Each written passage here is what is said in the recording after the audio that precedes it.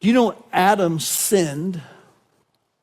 And as our representative, in theological circles, we'd say he's our federal head. His sin was passed on to all after him. Depravity, consequence, guilt. We share in Adam's condemnation. That's Romans chapter 5. As in Adam, we all sin and we all die. But Christ is called our second Adam. So where Adam failed, Christ succeeded.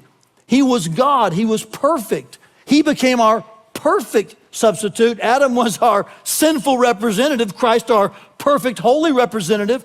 And so now all who are in Christ, who are born again, we're no longer condemned because Christ took our place. We're forgiven. We're declared righteous. We're saved. Christ is our substitute.